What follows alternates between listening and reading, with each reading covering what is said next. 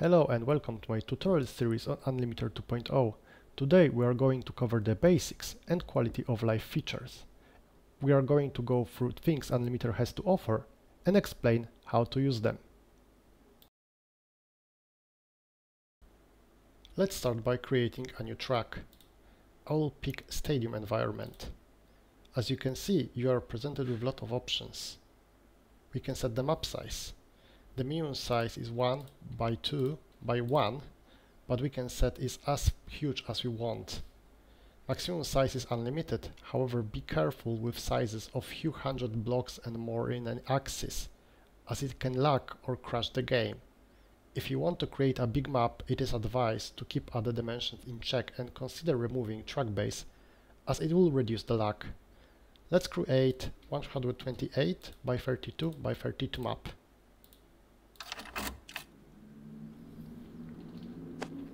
As you can see, the entire building area is covered by terrain, but scenery has not been adjusted. We can go back and recreate the track, but now we can move and scale the scenery.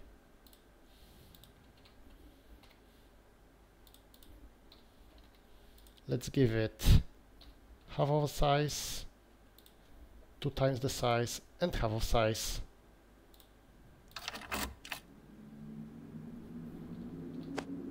Okay, here it is. We can even get rid of it entirely by selecting scenery visibility option. Let's select it just to the sky. As you see, the stadium is gone. Also, it is worth to mention about the remove track base option. It basically removes the default terrain underneath the map. If we select that, we have empty space, and basically we can build in the air. If you place something on the ground, the terrain will be created anyway. For united players, you can also NVMix with the decoration and a car. Also, you can place any block from any environment. Please keep in mind that for nations, everything must be set as stadium, otherwise it will not load. I would also like to mention vanilla compatible mode. It is a special format of a map that can be launched from the standard version of the game. It provides a limited set of features, like block mixing, ability to place a subset of blocks outside of regular building area, and a global media tracker clip. If you need just these features and you still want the track to be available to all players, I highly recommend this format. Just keep in mind that all more advanced features are going to be locked in this mode. Unlimiter also allows to convert tracks to vanilla mode and back. Conversion to Unlimiter mode is lossless. However, the second way will lose all the special features of a track. To create track in vanilla mode, click this button here and select the version vanilla. As you can see, a lot of options are grayed out. However, we still can block mix, and also we can place some special blocks outside of the building area.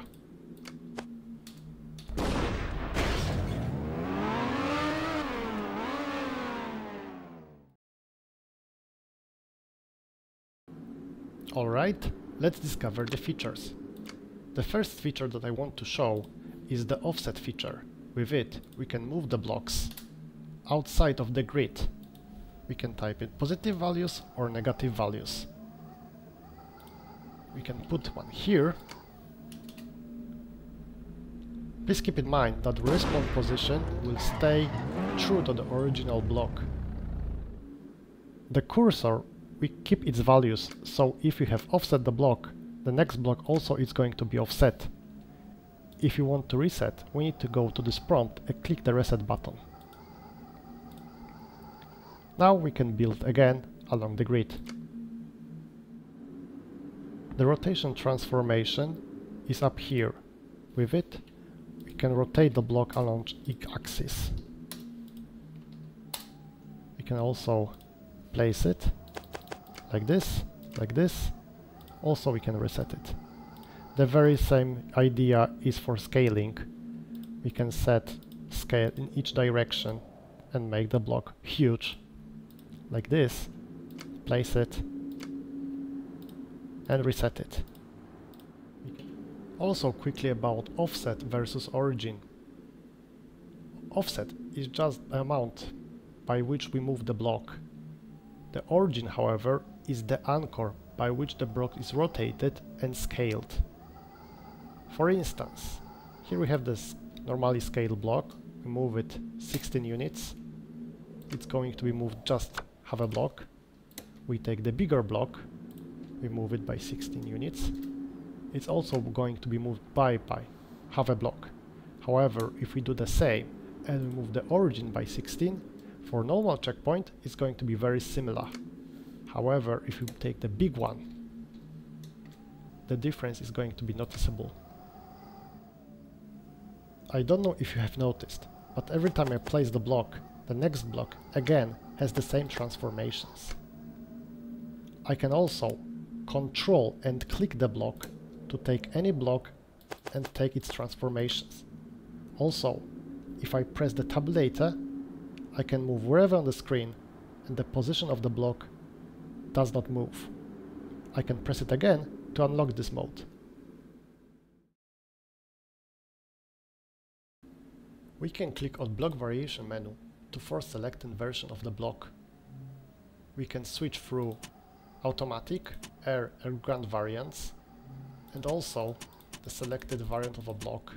Let's take this.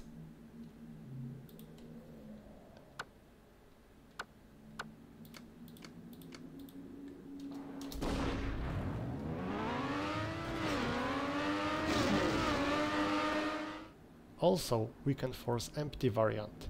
For instance, this platform right here comes with a nice surface underneath it. But what if we don't want it to be visible? We can go to the options, force empty variant, go back and place these blocks. Now we have platforms, but we don't have anything visible. For the last, talk about pillars. They are most prominent on island and coast environments, but Stadium has it too. For instance, for this building. Let's take one. Go to the block variation, select a proper variant, and if you chose correctly, there should be an use block pillar option. Click on it, and now it should be visible. Now we can use the pillars and put them in the air.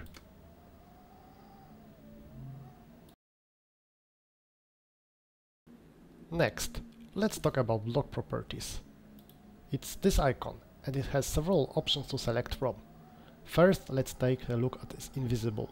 It's quite self-explanatory. Basically, the block that I'm going to place is not going to be visible. The second option is not collidable. Basically, the block is visible, but we cannot interact with it. Let's try it out.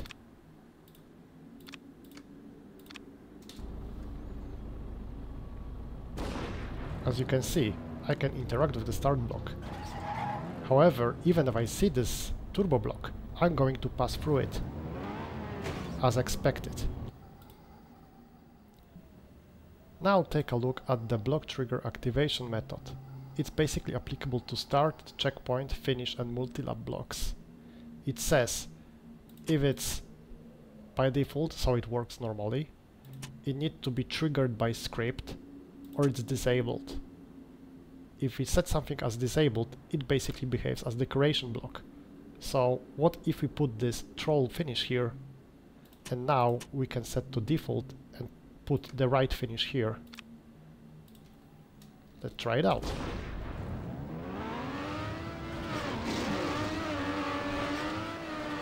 The first finish does not validate my run. Let's extend the track. Let's add a checkpoint and scale it a bit. Like this. Please keep in mind that the marker is at the right side of the checkpoint. We're going to go to the properties and see that the spawn point alter method is equal to none. Let's put it here and let's play.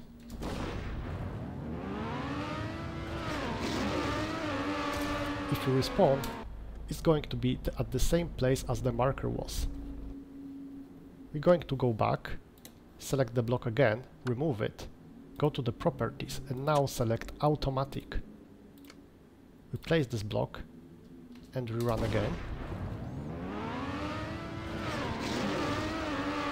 If you respawn, it's going to be placed at the center of the skate block. We have the third option, manual, where we can select the spawn point relative to the block. Let's say it 60 points above the ground. Let's close it, place it again, start the game, and respawn. Yeah, that's about it. The last feature that we can change in the block properties is respawn capability. We can either force to non-respawn checkpoint or respawnable checkpoint. Let's force it as non-respawnable. Copy the properties, delete, place it again, and run.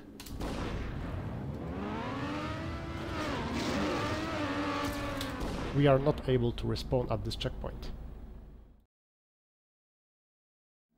The last tab that we are going to take a look today is miscellaneous tab. First, let's see the road joining. We have three options, and the default is join with compatible connectors. I've prepared two blocks here. Let's see how it works. The tarmac connects to the tarmac, but dirt does not. Let's go to the options and switch it to join with all connectors. The tarmac connects with tarmac, and dirt connects with tarmac. If you go here and disable, you expect the result. Nothing connects. The second option that we have is update road blocks during removal. If we uncheck this checkbox and remove a block, the neighboring blocks will not change. We can restore the default behavior and you can see the difference, that the neighboring blocks have updated. Also, if you place a block, by default clips are created. We can uncheck create blocks connector automatically, so the clips are not created on placing the block. Lastly, I want to talk about randomizer start points. With this option, you can have more than one start point or multi-lap. With each run, the start point is going to be selected randomly. Let's try it out. Now it's the second start, it's the first start, and again second start. Okay, that's everything. Thank you so much for watching.